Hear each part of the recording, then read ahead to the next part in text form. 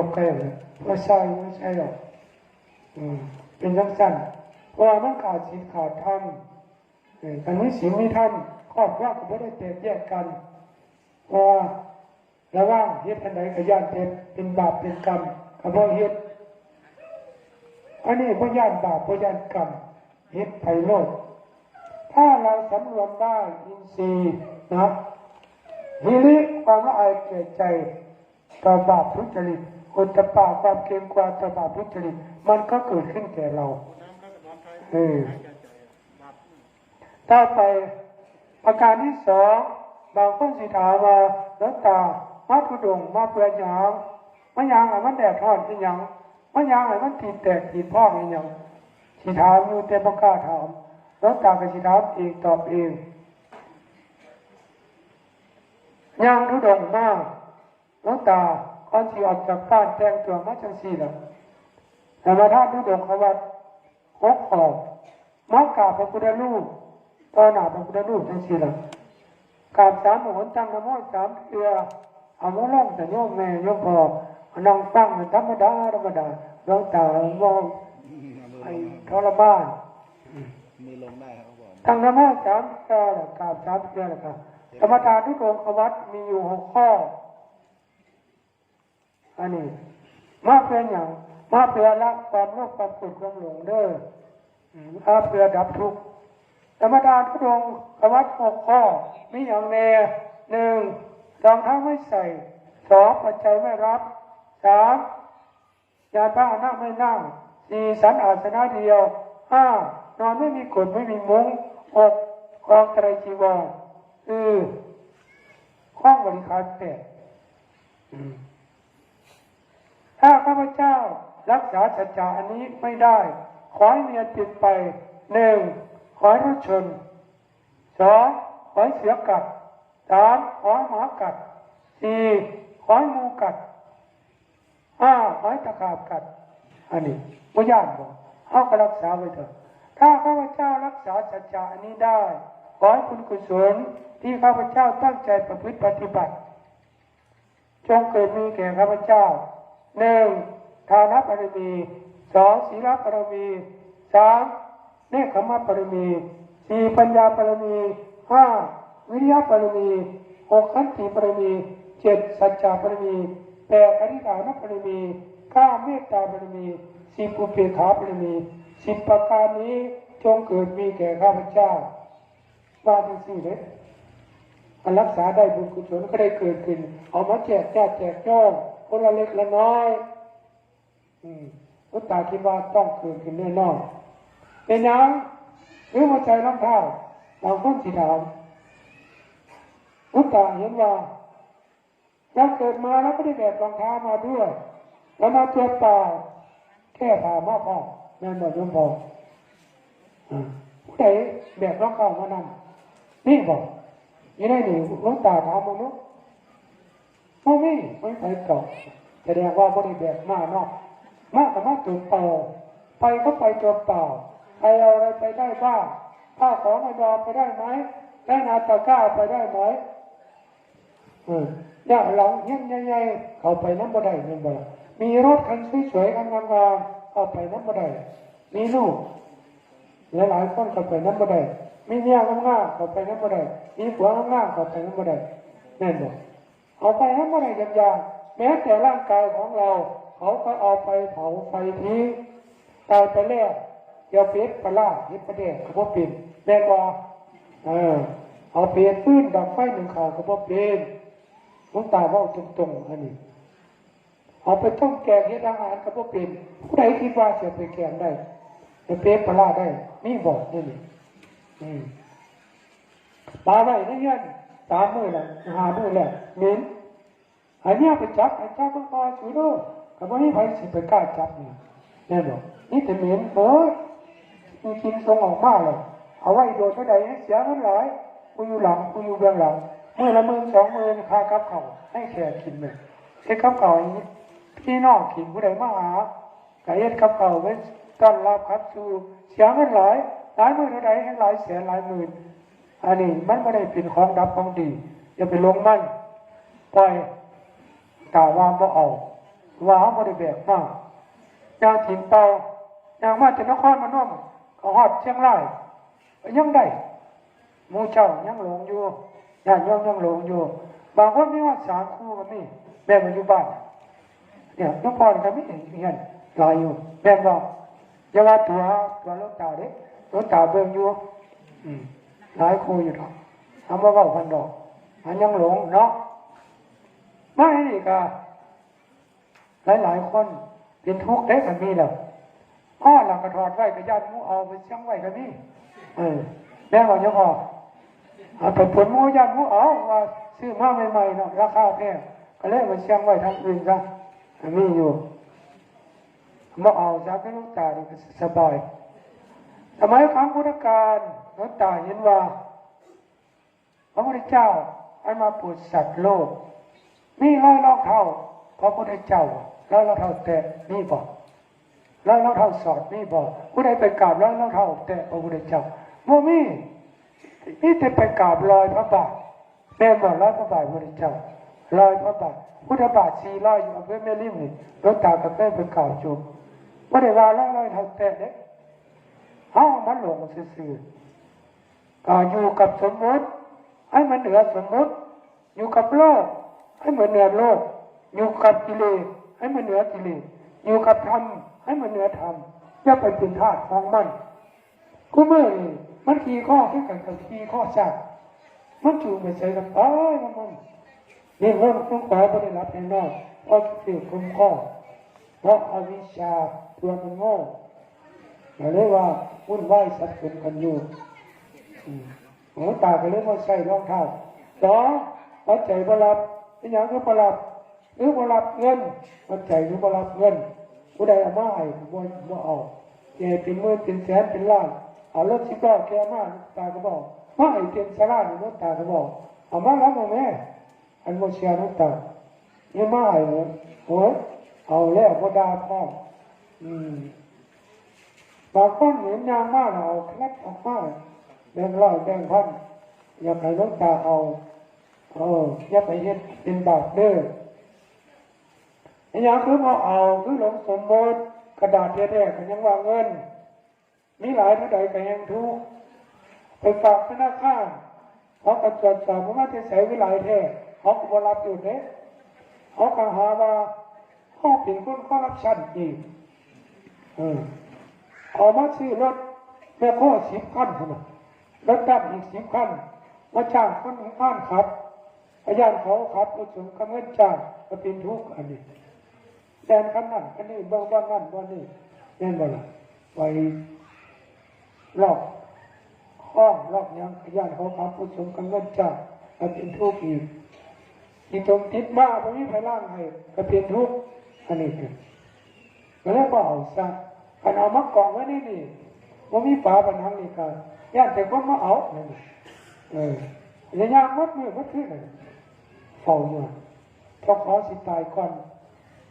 อันรับเนี่ยย่างเขาเชือดข้อมันแต่เลยว่าเอา4 ละนอกจาก4ร่างกายสบายไม่มีอย่างอันนี้ปัจจัยว่าเอาด้วยเพราะว่าหลวงตาพระหลวงแล้วได้สมมติของมันเนี่ยมันเหนือซะการยานะไม่นั่งหรือบางทีรถออกทุดงมาแล้วบนนางรถบางทีรถญาติโยมนิมนต์นางรถไปนำหรือสิไปยังได้หรือไปสิไปอำเภอแม่สายนิมนต์ไปน้ำผมสิไปส่งไปวัดใดรถตาพระขี่รถสมถะทุดงขวัดเอามาประพฤติปฏิบัติเพราะเวลาความโลภความโกรธความหลงนี่หลงยึดมั่นถือมั่นได้ตัวเอานี่ย่างให้มันเห็นย่างให้มันรู้แล้วก็ว่างรู้แล้วก็ละอย่าไปสนใจกับมันรถอาจจะขี่รถอยู่บ้านแต่ว่าได้ขี่โยมบอกจังซี่ล่ะเล่ากันไปให้พ่อหนักเลยบอกว่าแกมันว่าผมซื้อรถมาใหม่ๆป้ายังแดงอยู่เอามาซื้อหลายปันไดโยม1,800,000ก็สิ2 ล้านก็บ่ขี่ให้ไว้อยู่ในใจครับแม่นบ่ว่าสมถะทุดงเลยเด้ออกจากบ้านมาเลยก็เลยบ่ขี่มาประพฤติปฏิบัติละความโลภความโกรธความหลงนี่แหละหลงยึดมั่นถือมั่นตัวนี่แหละความโมโหนี่แหละความหลงนี่แหละมันละยากบอกไปกับทุกคนญาติโยมมาได้นี่ ที่ฉันอาสนะเดียวนี่ฉันมือเดียวฉันเดียวแล้วก็แล้วบ่มีเศร้าบ่มีเพลงบ่มีตอนแรกญาติโยมผู้บางคนฉันนอดตอนแรกนอดตอนเย็นตอนเที่ยงตอนเช้า3 มื้อก็มีแต่หลวงตาฉันมื้อเดียวฉันแล้วก็จบผลออกมา3 มื้อกับมื้อเดียวมีผลเท่ากันเป็นจังไดผลมันอยู่ได้วันเดียวเท่ากันใจอยู่ได้แค่3 มื้อฉัน3 มื้อใจอยู่ได้แค่3 วัน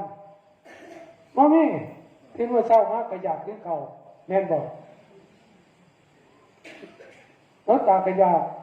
กินมากเลยหิวผู้ฉัน3 มื้อกินมากก็หิวก็กินคือกันผลเสียมันนี่เป็นจังไดผลเสียเงินซื้อกับข้าวพอเสียเวลาให้กับข้าวพอแม่นบ่ล่ะโยมพอครับเข้าไปยักอันว่าหลวงตาบ่ผิดเองย้อนมาด้วยก็เลยบ่สันเองว่าผลมันออกมาเท่ากันอายุได้ซ้ำกันบ่ต้องเสียหลายเที่ยวข้อที่5นอนไม่มีกฎไม่มีมุ้งเป็นอย่างคือบ่แบกกฎแบบงงแบบเต้นมานำหมู่เป็นพาธุดงค์หรือแบกกฎแบบเต้นแบบงงมานำบางคนแบกฮอดของโฮมมานำหลวงตาเห็นว่ามันของหนักเด้อท่านไม่เอาแล้วท่านสละแล้วอันว่ามันหนักจากเอามันหนักก็ยังแบกอยู่จมไปข้างหน้าหนักก็ยังแบกอยู่เรื่องการกับแบกร่วมไฟเนาะฮ้อนอุจจาระมันนอนก็ยังแบกไปเอาไปบ้างมันสิใหม่หัวเจ้าของอุจจาระว่าเนาะการผู้ใดรู้จักละจักว่ามันก็สิเบากายเบาใจอันนี้การปฏิบัติเบาทั้งกายเบาทั้งใจไปใส่กับเบาเรื่องการกำลังไปนี่จะมีปัญหากับไปได้แม่นบ่ล่ะหากินหมากไม้ต้นนั้นต้นนี้มันอาจจะตายเมื่อเช้าก็มาหากินที่บ้านเฮาอยู่บ้านเฮานี่มีน้ำบาดอยู่บ้านเฮานี่อีว่าก็ไปหากินบ้านอื่นเมื่อเข้าไปแล้วอีว่าสิไปอยู่อำเภอเจ็ดแสนเฮานี่แหละเนาะใกล้ๆเฮานี่แหละเป็นจังซี่หลวงตาเป็นว่าของหนักเนื้อท่านไม่เอาแล้วจักเอามันอ่อนมันหนักแบบป้าอยู่นะครับรู้จักว่าแล้วถ้าเรารู้จักละจักว่าแล้วก็สบายทั้งกายและใจอันนี้เลยบ่เอาบ่ใส่บางคนสิถามว่ายุ่งบ่กัดบ่หลวงตาสิตอบง่ายๆเลยมันมีหน้าที่กัดมันก็กัดไปเอามีหน้าที่นอนเอาก็นอนไปมีหน้าที่ปฏิบัติเอาก็ปฏิบัติไปมีหน้าที่กินให้มันกินไปเลยมันอิ่มแล้วมันก็ไปมันไม่ได้แบกสลิงมากคือหมอเขามาดูดเอาไปตรวจเลือดย่างมันหมดเล่นบอกซ้ำยุ่งกี่นิ้วอิ่มแล้วมันก็ยัดเพ่งออกไปเลยเคยนั่งสมาธิหลายคนเราคือสิเคยเลยเนาะนั่งตั้งสติคักๆเลยมันก็จับก่อนมันขัดลงไปขัดฟันใส่เป็นเตมรู้แล้วมันอิ่มแล้วมันก็ยันออกพี่ไปเลยไปอิ่มแล้วน้องบริแบกสนิทมากดอกบอกมันเลยสิทำไมมาอีกทักเอาอีกมึงเอาไปอิ่มแล้วมันก็ไปก็ซ้ำนั่นน่ะปล่อยว่างก็สบายเขาได้เป็นทุกข์ยอดมันสิไปแบกกดแบกเต้นพ่ายไปมันหนักแต่ซ้ำนี่ก็พอแห้งเลยหนักแม่นบอกจักละจักว่ามันก็สบายเบาร่างกายเบาร่างใจอันนี้โมเมนว่าอันนั้นเด็กร้องเบิ่งผู้ใดละได้ข้อที่6ทองไตรจีวรคือเป็นอย่างที่บอกหลายชุดคือเป็นผู้บางคนพระขอโทษเด้อผู้ใดไปกระทบพระอาจารย์อย่าว่าผมเบาใส่เด้อขออภัยเด้อผู้ใดก็ได้มันว่าบ่มีก็ดีแล้วตอนบวชที่แรกอุปชฌาย์ให้มาบริขาร8มีอย่างแน่ถามญาติโยมก็สิรู้จักมาบริขาร8ผ้า5 อย่างเล็ก3กันว่าเป็น8 5 อย่างมีอย่างแน่สบง1 สบง2 จีวร3 ผ้าสังฆาติ4 ประคตเอว5 ผ้ากองน้ำ5 อย่างสังฆาติผ้าอาสาที่มาที่เราอันนี้แต่สมัยครั้งพุทธกาลพระบริกาวนี่เราไม่มาปัจจุบันนี้มันเริ่มเขามันมาบริขาร8เล็ก3มีอย่างแน่1 บาท2 มีดโกน3 เข็มเท่านั้น ไปบวชอุปชฌาย์ให้มาดูนี่หันหลังออกจากโบสถ์อุปชฌาย์บอกว่าถ้าเป็นพระ100%แล้วอายุใส่ก็ได้หลวงตาก็เลยใส่ซ้ำนี่ไม่ได้นี่ก็ใส่ซ้ำนี่ท่านบอกให้พิจารณากรรมฐาน5 อย่างเกสาโลมานะขาน้ำตาตะโจท่านบอกอุปชฌาย์บอกข้อสิบวชท่านบอกก่อนเลยแต่คนเรามันหลงเอาเลยเป็นทุกข์หลงพิจารณาว่าได้พิจารณาซะกรรมฐาน5 ประการ5 อย่างหลวงตาก็เลยนึกถึงคำสั่งสอนของครูบาอาจารย์ที่ท่านให้มาบอกว่าซ้ำนี่ก็เป็นพระ100%อายุใส่ก็อยู่ได้ก็เลยใส่ซ้ำนี่หัดเป็นคนสันโดษมักน้อยกินน้อยนอนน้อยคมน้อยอยู่น้อยเป็นคนมักน้อยสันโดษมักน้อยกินน้อยนอนน้อยคมน้อยนี่แค่น้อยๆมันจังบนหนักถ้าข้าพเจ้ารักษาได้บุญกุศลก็จะเกิดขึ้นไม่มากก็น้อยหลวงตาคิดว่าบุญกุศลนี่มีแน่นอนเพราะทำไปแล้วจิตใจไม่ได้เศร้าหมองก็ต้องเป็นบุญถูกปยอมเป็นกุศลเป็นบุญอันสิ่งไหนที่ทำไปแล้วจิตใจเศร้าหมองอันนั้นเป็นบาปเป็นอกุศลอันนั้นหลวงตาบอกเด้อเฮ็ดหยังก็แล้วแต่ถ้าจิตใจเศร้าหมองแล้วเป็นบาปเป็นอกุศลบ่ได้ว่าแต่ไปเล่นสู้สาวถึงกันเป็นเมียผู้อื่นรักเมียผู้อื่นอันนี้ขอฟังไว้เด้อจิตใจเศร้าหมองแล้วเป็นบาปเป็นอกุศลถ้าทำไปแล้วจิตใจดีเบิกบานยิ้มแย้มแจ่มใสบ่เป็นทุกข์อันนั้นเป็นบุญอยู่ใส่กันนี้จะถามหาเมื่อหน้ากระถามมาล่ะแต่ด้านหน้าคือบ่เห็นหน้ากันมาอันบ่สบายบ่ถามโลดเลยมาวัดก็มาใส่บาตรมาทำบุญอยู่วัดเมื่อปันมาไปเบิ่งดูมันบ่สบายบ่นั่นถามหาโลดอันนู้นมันทำความชั่วไปรักลูกรักเมียของคนอื่นเขามาบ้านกันแล้วแว่ให้มาแบบนี้มันสิไปหาบ่แม่น่ะจ้องหน้ามันโลดว่าเคยทำชั่วแม่นบ่หลวงตาว่าบุญกุศลนี้มันเกิดขึ้นในการประพฤติในการปฏิบัติของหลวงตานี้หลวงตาคิดว่าไม่มากก็น้อยได้เอามาแจกญาติโยมคนละเล็กละน้อยเพราะฉะนั้นวันนี้หลวงตาขอแจกบุญกุศลที่มันเกิดขึ้นในการประพฤติในการปฏิบัติหลวงตาขออนุโมทนาเอาส่วนแห่งบุญและส่วนแห่งธรรมที่อาตมาได้ตั้งใจประพฤติปฏิบัติด้วยกายก็ดีด้วยวาจาก็ดีด้วยใจก็ดีหากไม่ว่าบุญกุศลอันใดเกิดขึ้นในการประพฤติในการปฏิบัตินี้ขอญาติโยมจะมีส่วนร่วมในบุญกุศลอันนี้หากไม่ว่าถ้ามีทุกข์มีสุขมีโรคมีภัยความว่าบุญกุศลอันนี้จงไปทำลายสิ่งเหล่านั้นให้พวกเราเบาบางลงหายทุกข์หายโศกหายโรคหายไปนำพาชีวิตของท่านไปสู่ความเจริญงอกงามในศีลในธรรม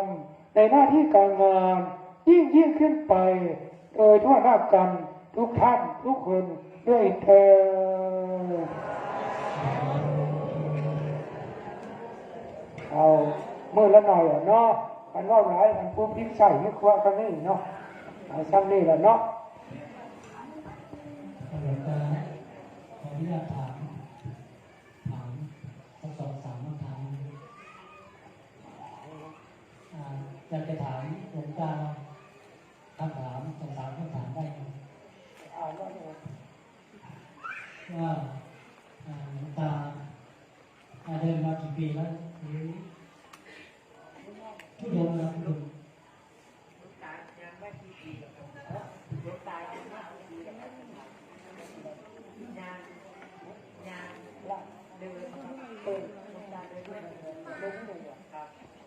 ผมเดินทุดงค์หลวงตาเดินทุดงค์เนาะบวชเมื่อปี 2553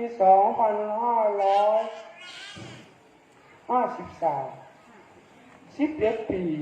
เอามาเลยแหละปีที่11ปีปี62จากที่ทุดงค์มาจากนครพนมจากบ้านสารนิวัดราชปาดินเดินขึ้นมาภาคเหนือของเราเนี่ยไปถึงอำเภอแม่สายแล้วก็เดินกลับนครพนมอันนี้ปี62อันนี้ปี63 ก็จาริกธุดงค์ไปภาคตะวันออกก็เหมือนที่หลวงตาเล่าให้ฟังมาพักอยู่ที่บ้านแล้วก็จาริกธุดงค์ออกไปอีกอันนี้เขาเป็นปีประวัติศาสตร์อีกด้วยเขาก่อนจะถึงบ้านก็ไม่รู้ว่ากี่วันแต่ว่าเป็นการมาสร้างบารมีให้แก่ตัวเองอันนี้ญาติโยมก็ได้ทำบุญให้ทานที่เห็นมาด้วยเดินมาจาริกธุดงค์นี้ตั้งแต่บวชไม่ค่อยอยู่บ้านออกพรรษาแล้วก็จาริกธุดงค์ไปกับอาจารย์จรัญอนังคโน3 ปีปีแรกนั่งรถมาลงที่นั่งรถจากศรีสะเกษนะมาลงที่วัดพระธาตุแช่แห้งที่จังหวัดน่านนี่แหละมานอนอยู่นี้2 คืนแล้วก็จาริกธุดงค์ไปวัดพระธาตุพนมไปจบโครงการอยู่นั้น45 วันปีที่2นั่งรถมาจากศรีสะเกษวัดอาจารย์จรัญมาลงที่อุทยานประวัติศาสตร์กำแพงเพชรไปจบโครงการอยู่ที่นครปฐมเจดีย์นครปฐมปีที่3นั่งรถมาจากศรีสะเกษมาลงอยู่ที่พุทธบาท400ที่อำเภอแม่ริมเดินไปเข้าไปอะไรทุกใหญ่นั่นเองสวนเนาะไม่ใช่ที่ก่อนที่อุทยานประวัติศาสตร์เข้าไปใหญ่นั่นเองสวนไปจบโครงการอยู่ที่พุทธบาทสระบุรีพอไปอินเดียมาแล้วอินเดียโยมพระราชในอินเดีย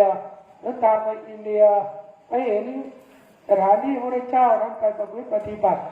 โอ้คณาสารีบุตรไปปฏิบัติอยู่ถ้ำไหนท่านก็พาไปดูอันนี้พระพุทธเจ้าไป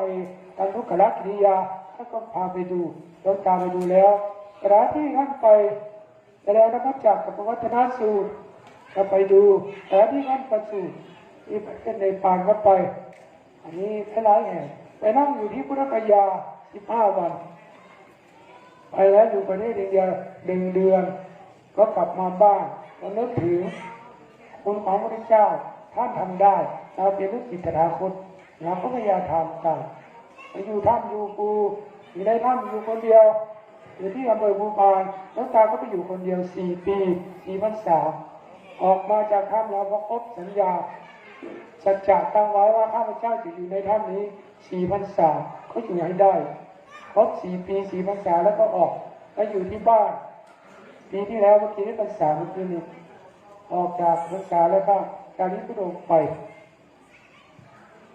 ทุกปีถ้าออกจากอาจารย์แล้วก็มาจาริกธุดงค์หัดทำคนเดียวจาริกธุดงค์ล้อภายในจังหวัดนครพนมตอนแรกเห็นญาติโยมไปหาตอนเย็นครัวญาติโยมไปหารัวญาติโยมถามเรื่องธรรมะเรื่องการปฏิบัติเราจะไม่รู้ดีแต่ตอนนี้ไม่กลัวใครมาถามเข้ามาเลยตอนนี้ใครจะสนทนาธรรมก็ตามไม่กลัวแล้วตอนแรกกลัวญาติโยมไปหาสนทนาธรรมพอตอนมืดญาติโยมเจ้าน้ำไปถวายใช้ไฟส่องไปน้ำตาเห็นน้ำตากระหลกหรือกดหรือมุ้งย้ายไปนอนที่อื่นว่าญาติโยมไปหาเพราะว่าเรายังไม่มีบารมีพอที่จะไปให้ธรรมะแก่ญาติโยมก็หลบไปก่อนหลายปีก็มาปีต่อไปเดินกว้างออกเดินทุดงไปคนเดียวนะเดินไปรอบภายในภาคอีสานเนี่ยออกไปหนองคายอะไรบนกลางแล้วมาตามชายแดนมาถึงเมืองเลยมาถึงอำเภอนางแห้วอำเภอเพชรบูรณ์ไปดังโคราชไปบุรีรัมย์ศรีสะเกษอุบลมุกดาหารนครพนมไปคนเดียวต่อมาก็กล้าบารมีเราแก่กล้าขึ้นแล้วก็การประพฤติปฏิบัติเรารู้แล้วนอนคนเดียวแล้วก็ไม่กลัวนอนที่ไหนก็นอนได้ข้างถนนนอนทางแล้วก็นอนได้ไม่กลัวอะไรว่ากรรมฐานเราไม่กลัวแล้วเราเชื่อคำสั่งสอนของพระเจ้าพระเจ้าท่านบอกว่าเชื่อกรรมอย่างเดียวถ้าเรามีกรรมอยู่ที่ไหนก็ตายเราคิดอย่างนี้เสือก็ไม่กลัวช้างก็ไม่กลัวหมาก็ไม่กลัวงูก็ไม่กลัวนอนไปเลยมีที่การกำบังขั้นไหมไม่มีเนี่ย